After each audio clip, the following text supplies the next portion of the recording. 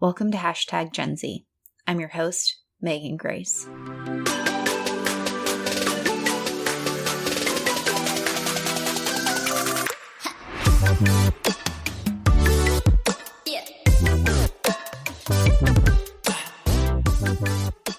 Welcome back. We are kicking off season 3 and I could not be more excited. I'm sorry it took a little longer to get back into the producing of season 3. 2020 has been an atypical year on so many fronts. For those just joining us for the first time, this is Hashtag Gen Z, a podcast about Generation Z, who are the young people born between 1995 and 2010. This podcast features members of Generation Z who share their stories and experiences to provide a personal take on the lives, values, and perspectives of Generation Z. I also feature non-Gen Zers from time to time who are working with and engaging Generation Z in a variety of capacities. In the last 2 seasons, we've covered topics in things like social media, communication, activism, religion and spirituality, music, and so much more. But I'm kicking off season 3 with a focus on a topic that, besides the pandemic, will likely be on the forefront of our minds: voting in politics. Even without the pandemic, many Americans have been thinking about and worrying about the upcoming election, and Generation Z is no exception. With the oldest of Generation Z being 25 this year, Generation Z makes up the youth voting bloc, and nearly half are of voting age. While the other half aren't old enough to vote this year, they're still developing a perception on government, politics, and voting. And aside from voter turnout rates in 2016 and the midterm elections in 2018, there hasn't been too much nuanced research into Generation Z's perspectives on voting and politics. So last fall, Dr. Seemiller and I conducted a study on Generation Z's viewpoints on voting and perspectives on political issues.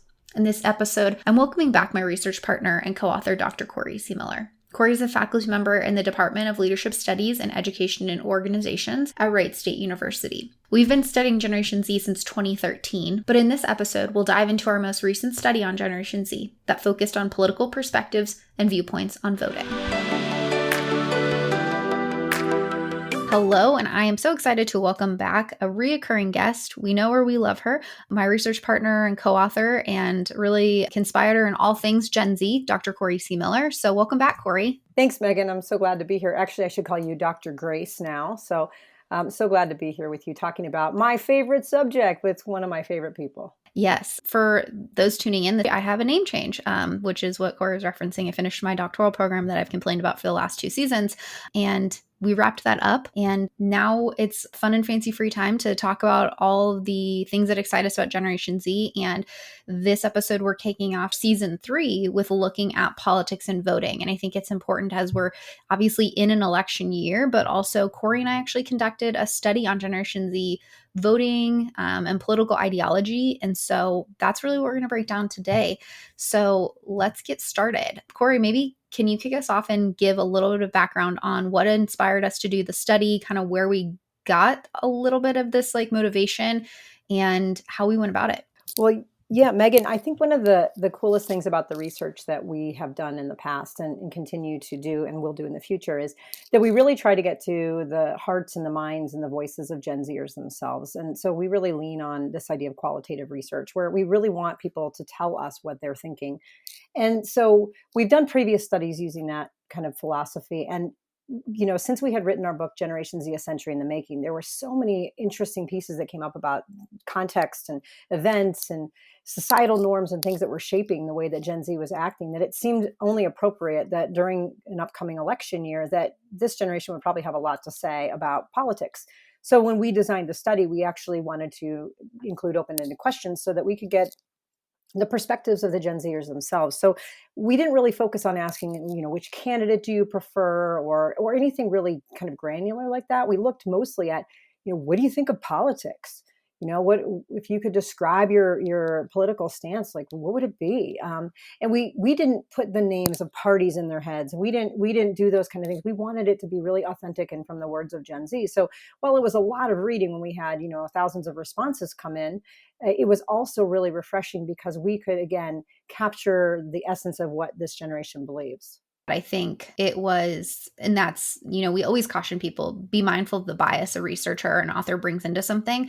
I do want to pat ourselves on our back, I guess, for keeping that in mind, that we very well could have come in and constructed this instrument or constructed the study to be reflective and attempt to bias our respondents. And I think that the organic nature of us saying, you tell us Generation Z, allowed us to become more of the messengers and not the influencers of the way that they think about politics. And so it's interesting because they're still very informed, and they were able to articulate a lot of these things even without our guidance of saying, like, are you Republican? Are you Democrat? Where do you lean on these issues? It was really fascinating in general. I think the listeners will kind of want to know, like, when did all this happen? Well, we conducted it in the late fall of 2019. So starting in October and through November, thinking that would give us about a year before election time, or around a year before the election, presidential election. Obviously, there's ongoing elections throughout this year. And we engaged anywhere on each of the questions from 800 to 1,200 responses. And some of those are open-ended, some of them are quantitative. But again, we just love the qualitative nature of being able to read the words of Generation Z. They're so powerful that I feel like I know them a lot better now. And we're excited to be able to share some of those findings today. Great. I completely agree. And this is a really fun way of doing research too, is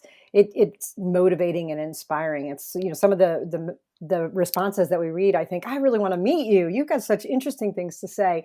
And it's really invigorating when you spend this much time doing research. But like Megan said, we really were trying to be as much of the messenger as we could, and not really try to shape what Gen Z was able to say, but again, giving them a platform to say what they wanted to say. Exactly. And to another point is, I love reading the responses of Generation Z because they are like equally passionate and humorous at the same time. Like, they have this very unique wit about them. There are times when I was just like chuckling because I think Gen Z is fantastic, but they have such an amazing way of like talking about important issues while also staying entertaining and humorous. So when we say like we were reading thousands of responses, like, also let it be known that they were entertaining and we had a good time doing it. Why don't we get into really what were some of our main findings? I know that we recently released a report on this, and that's available to anybody that wants to read it, but kind of some of the things that emerged in our research. So Corey, what were some of the high level findings that you were intrigued by and excited to share? Well, given that this came off of some previous studies that we had done on Generation Z, and the fact that other studies were out there, some of the things weren't surprising, but were confirming. So that's just as important in some ways. And so I'll start with some of those confirming findings. The first one is that the vast majority of Gen Zers actually have a really clear and strong political ideology. So while they might not be able to name that to a party in particular, actually, because fewer than 30% of them actually strongly identified with a party, most of them had a very clear picture of what they believed. And in some cases didn't believe that any particular political party represented their beliefs very well. So that was sort of an interesting take, because we see this idea of being an independent, or being a moderate, or being whatever it might be, being in the middle, or not even identifying with a party, as kind of synonymous with young people with this idea of apathy, that they don't care. But that's not the case. We found that many of them were very, very informed and very clear about what they believed in, but just didn't feel like the political system suited them or fit with what their needs were. But with that said, when they describe their values and they describe their ideologies, a vast majority of them were left-leaning. Some of them were really even far left-leaning. There were certainly some Gen Zers that were on the right of the political spectrum, and some even far right, but they were just much more in fewer numbers that we found in our particular study. So, and we have to keep that in mind, that this is really important to understand, is that while most Gen Zers are left-leaning, and you see that in the news, and you see young people, jumping up and emerging as they kind of, rally for particular issues that might appeal more to the left. You're also seeing a small segment of a population of young people that are identifying with the right. For instance, there are student groups that are put together to advocate for particular politicians and hosting rallies and all sorts of things. But for the most part, what we're finding is this left-leaning piece. So those are two of the confirming things. I'll toss it back to Megan here before I share my most exciting finding. And maybe this to her is her most exciting too, but I don't know. So Megan, I'll turn it over to you. What did you think were some of the high-level findings? So I think for me, just my background being in communication studies, and from the very beginning of my career, I'm always interested in how people communicate, how people get information, how people distribute information. And I started that kind of study of life in like my undergraduate program, when social media, like the age of Facebook, was really taking off. And so that's always been something I've been curious about this generation, because they're so characterized by their social media. And so I was really intrigued by our findings around where they get their political news. and where their political ideologies, as we talked about, are so important, how those are being shaped by the information that they take in. And so for me, I mean, it wasn't shocking that the primary place that they get their information about politics and, issues that they care about is coming from social media. That is such a huge presence in their life and many of our lives. But it's like a 80% report that that's where they're getting their information and their news. And I think that's a beautiful but also kind of dangerous place, because we know that social media is so user generated that maybe they're taking in information that might not necessarily be accurate. And so there's always that level of questioning there. But I think it is unique because in some ways, social media has become the new public forum, and maybe it is actually facilitating democracy in new and better ways. And when we're thinking about how they take in social media for political news, it's a tie actually with the platforms that they're using. Just about half, or really half, are saying they use Twitter and YouTube most often to take in political news and information. And it's not surprising. YouTube is like their jam, but then Twitter is a really good place because I think it allows them to compile a lot of information quickly, or stay up to date with trending hashtags or things like that. So I thought that was great. And then the thing that kind of not necessarily surprised me, but when it came to social media, that Facebook was ranked as high as it was in terms of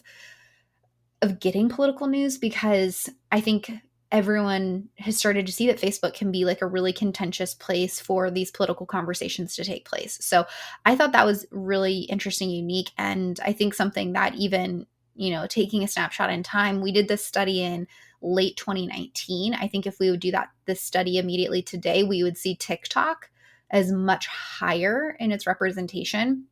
But at the time, I don't think TikTok was a place where people are sharing their political news, information, and opinions. And I think that that's definitely changed in even just a short amount of time, like half a year, that has changed. So I think that's a unique one. But I was really interested in where they're getting their political news, other sources. Obviously, their friends and their family members, but their friends came before news sites like CNN.com or FoxNews.com. Like these were their friends came first, then political, or like then news sites, and then their parents. And I think that difference in how they preference those things is maybe starting to identify that they might hold different political beliefs than some of their parents. So they're finding that comfort in their friends. Just speculation, but I think that might be a little bit of something going on there. Well, Megan, and I want to, kind of add to that with some kind of more contemporary stuff too, is this idea of social media being so influential is, we're starting to see things around the kind of accountability measures that, for instance, Twitter's putting in place about what kinds of things can be posted and what can't be. And what we're seeing happening is the creation of alternatives to things like Twitter. We may see alternatives to Facebook. And these are being spawned by the idea of what can and can't be said online. And so what seemed to be kind of a relatively free space to express opinion across the divide is now becoming partisan in a way where we may see social media platforms that are specifically, just like some news sites have become, targeted to a specific partisan kind of leaning.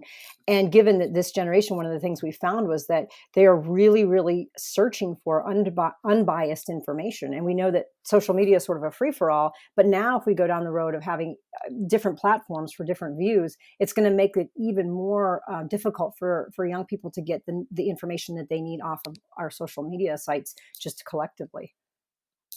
I used to kind of think that social media was like a lawless country or like a lawless land where anything could really happen. And I'm not sure that's going to be the case anymore, just because we know the power that those platforms can hold and that there are real life implications for things that take place in digital settings. So I think it's going to be really interesting how that continues to evolve and impact the information that can be shared through those platforms. So let's get into some of our more surprising findings, the things that maybe we went into the study and it went against what we knew, or was just a really unique thing that stood out to us. Well, for me, there was one that really stood out. In some of our earlier studies, we picked up on the sense that this generation was relatively libertarian in many ways. And of course, with libertarian being not necessarily one of the main political parties, it's sort of some people identified, and voted for Democrats and some voted for Republicans and so forth. But what does that really mean when this kind of all comes about? Well, with our study here, we found, again, a healthy handful identified as libertarians, but a very, very huge number of them identified as independents. And our perspective of independence in the past has been sort of this very linear kind of view that there's really an independence of someone stuck in the middle, and that this somehow either A is a bad thing because they can't decide, or B is a good thing because they can't decide. But what we found is that there were two very distinctly different independents, and that really reflected this kind of libertarian philosophy. So we have the fluid and the blended, and basically this notion of we have one set of independents that are very kind of versatile. They sort of go back and forth. They vacillate. They sort of, they really are in the middle on so many things. Could be convinced one way or the other. But then there's another group that is very, very clear about what they believe. So they may be pro-choice and support Second Amendment, gun rights, which typically have been, we have one that's a little bit more left leaning and one that's a little more right leaning traditionally. And so the part that becomes really difficult is for that particular individual to find a party that resonates with who they are. So they have to, at some point, sort of, I guess, prioritize those values and then vote for the party that leans that way. There is not really necessarily a party that fits that idea that I can have both liberal and conservative beliefs at the same exact time. And in our first study, we found that many, many young people are identifying as socially liberal but financially conservative. Where is a place for them? And then so when we get to this study, this is where we're seeing this come out. So there's not as many in the middle, in this idea of this vacillating middle as we imagine, where they could be convinced one way or the other, depending on the candidate. A lot of them are, again, very clear about what their values are and are finding it difficult to choose because they have to compromise one of those to align with either major party. Yeah, I think that was something that until we did this study, there was a lot of speculation that we were just kind of like, well, they really care about this, but they also care about this. Where do they fall? And I think that even Gen Z kind of challenged us on that. They're like, I'm allowed to fall wherever I'd like to fall on that. And I do appreciate that of them, of sharing with us their experiences and perspectives and challenging us to think like, okay. I think I don't know if it's most shocking, but it was something that was comforting, was their intentions to vote or their plans to vote. And I think in previous generations, we've seen that there's always this casting of younger generations being apathetic, not likely to vote, not likely to participate. And that's always concerning because, as I see trends that if you're a first time voter, and if you register and you're participating to vote, and the first time you're eligible to vote in an election, you're more likely to become a lifelong voter. And so there's always been concern that young people won't vote and therefore become apathetic. However, we see that trend change over time. However, I think I was curious to see well, is this generation completely checked out and saying my vote doesn't matter, so I won't vote, but I care about these issues? And in our study, we found 86% plan to vote. And there's actually more young people within our study that said that they're unsure about their voting plans than there were that said that they were not planning on voting in general. But I think it is important to note the importance of registration, because we took their plans of voting and looked at it by their current voter registration status. And we do understand that some people are not eligible. Some people are not, they weren't 18 yet, or they, they didn't fit into that context of being eligible to vote. So we're just looking at the voter eligible population. Those who said that they were planning to vote, 94% were already registered. And if we look at the unsure group, there were 57% that were already registered. And I think that when we looked a little bit further into the why behind people were unsure, a lot of things that emerged were, I'm not really sure how to vote, where to vote, how to go about the process.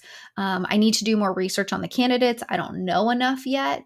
And it was early. We had, at that point, we still had about 16 people running for the Democratic ticket. So at that point, it was really difficult to discern. So I think it's unique to see that there is this presence of being registered. And I think the unsures are very easily able to be persuaded into the planning to vote with a little bit of encouragement. And it's not surprising that those who do not plan to vote, there's a higher percentage of them that were unregistered. So even those who do not plan to vote, I think that there is this ability, might be an uphill battle, but I think the encouragement of young people voting is important so that we can help them develop this lifelong presence of civic engagement. So that was the one thing that I was a little bit surprised by. Not entirely, because I think that in the last few years, as we've been studying them, we've been saying like, this is a group with a lot of energy around them. They care quite a bit about their communities in the world. So I guess as they're aging and developing into in later into their adulthood, they're, setting the tone early. And I hope that come November and 20, that we're still seeing their presence in the polls. I agree. And one of the things that I think is really important is that some of our earlier studies, we basically picked up on this idea that a lot of Gen Zers thought that the political system was, corrupt. It was just a mess. They didn't want to play. That's what they said. I don't want to play in this game because I don't think it's fair. I don't like it. It's, the politicians are greedy. And believe me, we read a lot of choice words about what young people thought about politicians. But the reality was, is they said, well, we're not going to play. And then I think what happened is that the oldest of Gen Z who got to vote in the 2016 election, they got to see what happens with the power of the vote when you do vote, when you don't vote, and not even just at the presidential level, but even at, the Senate, right? Or even local levels, the governors. And now these, Gen Zers are getting older and they're saying, okay, so if I don't play, the game still goes on without me, but I don't have a say.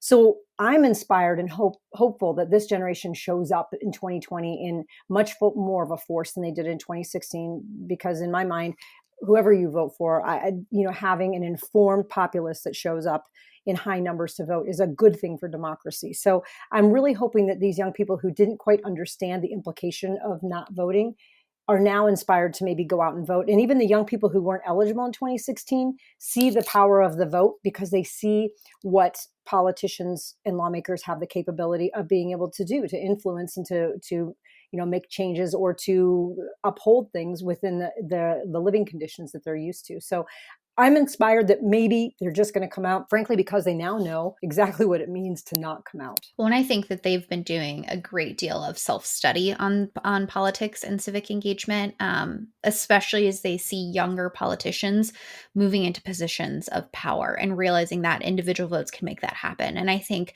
regardless of where you fall in support, looking at AOC and her run in being a young woman by standards of the rest of her peers, makes them realize that I should be voting in my local elections. My local elections can have a very big implication for things that have their way of moving up into the hierarchy of things. And so I think we're going to see them also coming out, not just for the every 4-year presidential elections, but I think we're going to see them at the midterms. I think we're going to see them at local elections a lot more than we have in previous years, because they're recognizing that local politics and state level politics have a very, very, very important role in the larger grand scheme of things. So I think we're also seeing that they're finding inspiration in voting in people that they more so align with, that they want new leadership. They want people that are willing to, shake things up a little bit or be steadfast in their values if they're not going to shake things up. And so it'll be really interesting. I'm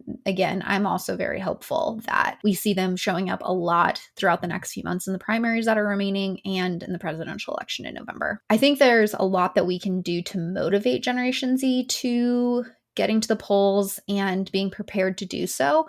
And we outlined some of this in our report. But Corey, I'd love to talk, because I think that you and I, we hold different identities when it comes to engaging with Generation Z, but kind of wrapping up with some tangible things that different people or different groups that support Generation Z can be doing to encourage the vote. And that's one of those things that regardless of where you fall politically, I think we can all agree that the most American thing you can do is to utilize your vote. And so how can we help support this next generation? Well, I think one of the points that Generation Z folks in our study kept saying over and over is, I don't feel like I have enough access to unbiased information. I don't even know where to go look. I'm getting these, I'm seeing, commercials, if they have access to commercials or ads that are popping up on their social media sites or news sites.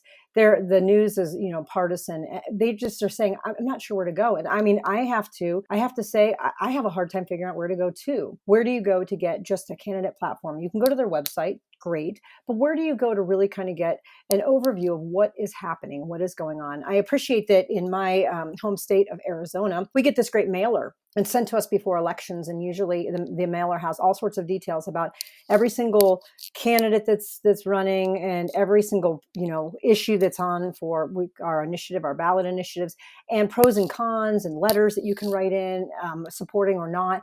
And I used to have little parties where I'd gather people around and we'd sit and talk through all of these things because it was really hard to understand. I think that is one of the best ways that we can help, whether it's as educators or as parents, that we can help our kids all together, work together to find some unbiased information, gather it from your local voting, your voting websites from your local communities where they might have some information that's on there, just overviews and bios of everybody down to, the judges that are, going up for election in your state, if that's the case.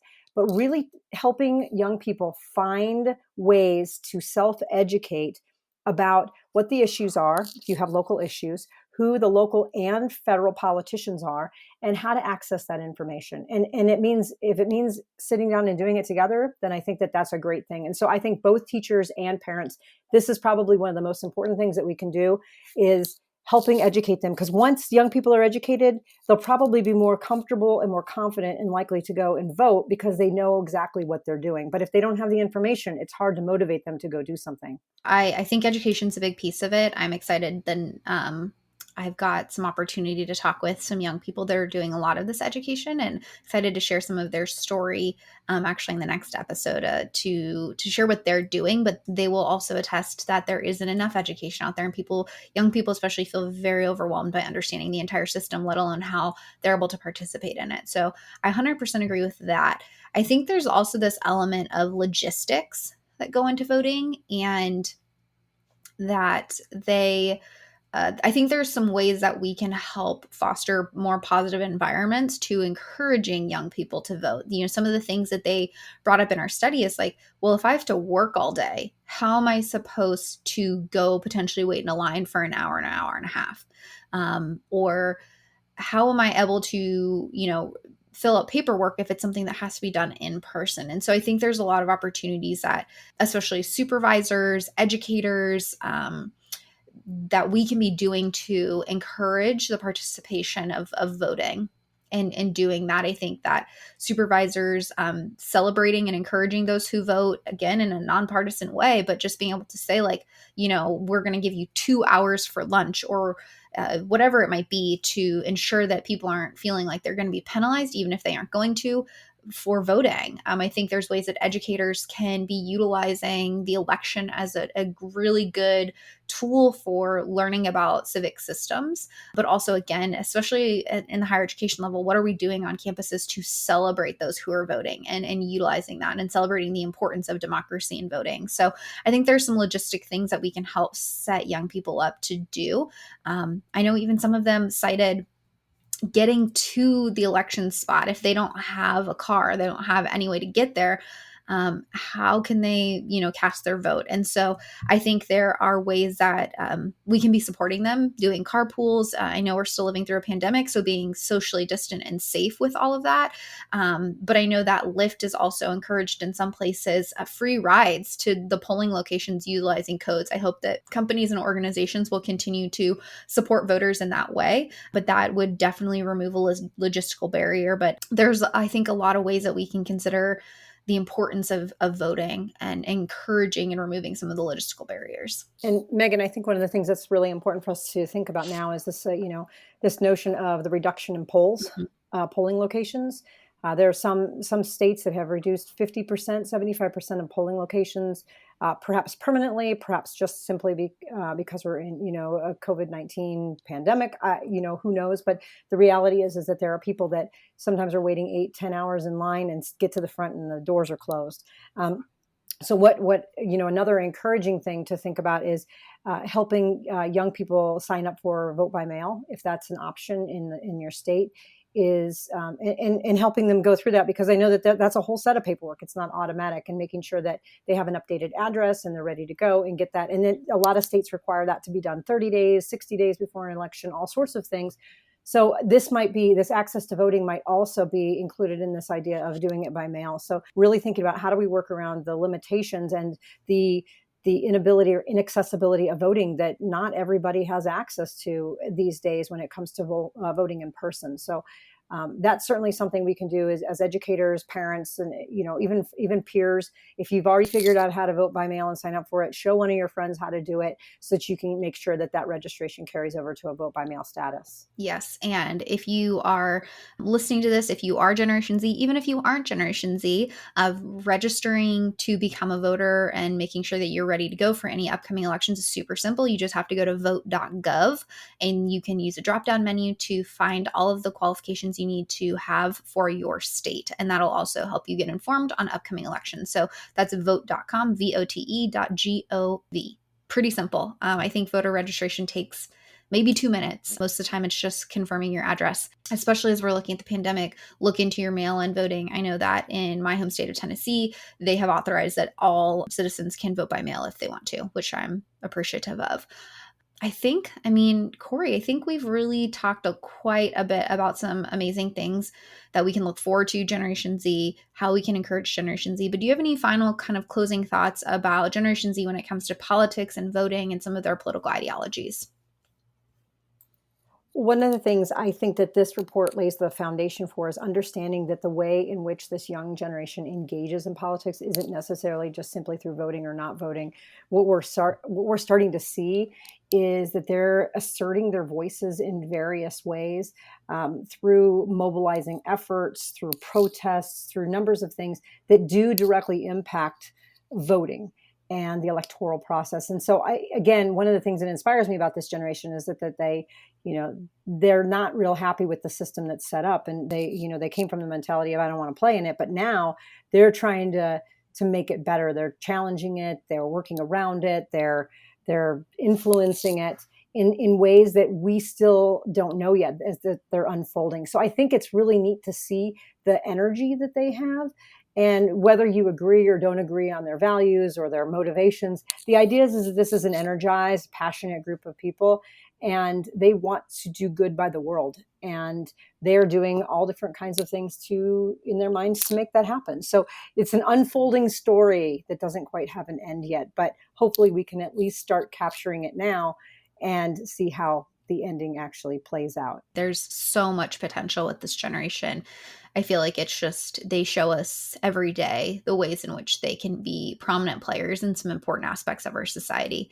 I think the thing that gives me hope is that their demand for new leadership, I'm not saying new, but maybe new and improved styles of leadership, that they aren't asking for much. They're just asking for good and ethical leaders who will listen to them and let them be a part of it. I think that really broadens the ability for them to look at people as, are they a good human for this job? Not, are they a career politician who might be entrenched in a system that is causing corrupt problems.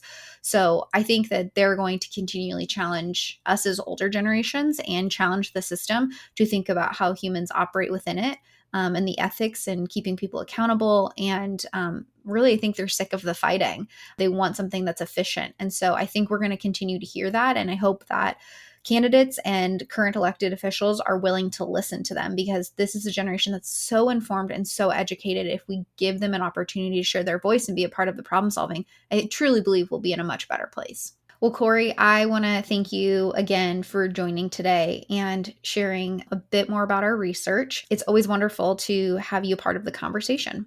Well, thanks for having me on, Megan. I always enjoy talking about Generation Z and particularly about politics, especially in the time that we're in. So please remember that our report is available for free on our website at thegenzhub.com. So please feel free, download it, get some ideas off of it, how you can either as a Gen Zer get motivated and go out and get access to voting, or how others can help Gen Z be able to make a really important decision as we come up on elections here in the next few months.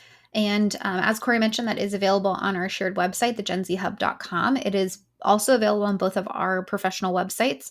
And we do want to have a a moment to thank our partners in this report. Ology is a marketing and design and branding firm based in Columbus, Ohio, and they specify in helping institutions of higher education and nonprofits and organizations that are doing really good work. And so we were so thankful to be able to work with them. They have an amazing team that very mission driven, very values oriented team in making sure that good messages are shared. And we are so thankful for their time and their talent that they helped in contributing and making our report truly something beautiful. I love looking at it. They did such an amazing job. But we're thankful for their partnership, and to all of our Ology friends, we love you, and we're really thankful to be able to work with you.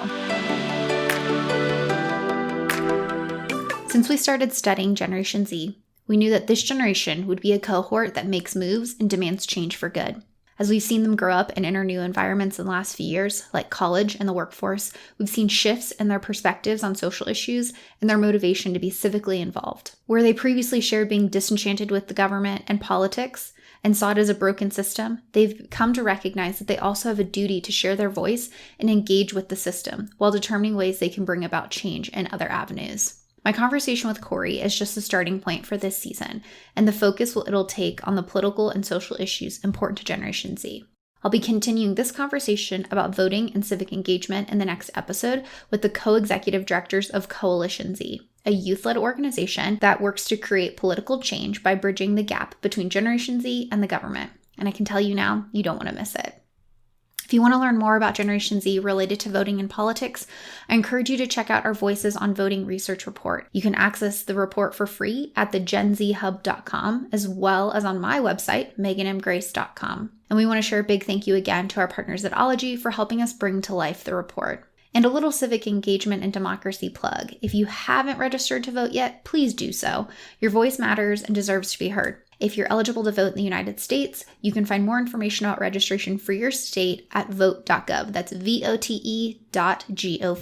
While I took a longer than normal break from podcasting between season 2 and 3, I was excited because I was working on a new project with Corey. We recently released a new series of online courses about Generation Z. We're excited to launch this new resource for people interested in learning about Generation Z and who want to develop strategies to best work with and engage members of Generation Z. The courses are designed so that you can tailor your learning experience by taking one course, a bundle of a few courses, or completing all 10. You can learn more about our courses and register at thegenzhub.thinkific.com. And to save 15% on all courses and bundles, you can use a special offer code for #GenZ listeners. That code is GenZPodcast15. Again, that's GenZPodcast15. I'll include all of this in the show overview on my website so that you can have that readily available. If you enjoyed this episode, please rate, review, and subscribe wherever you listen to podcasts. Season 3 is just getting started, and I'm so excited about the wonderful guests that I'm going to be able to feature, the conversations we'll be able to have, and the stories we're going to share. If you have a topic you're interested in or a member of Generation Z that I need to chat with, please head over to my website, meganmgrace.com, or you can find me on social media to drop me a quick note. Thank you again for stopping by for this episode. Let's continue this conversation in Season 3, and we'll chat soon.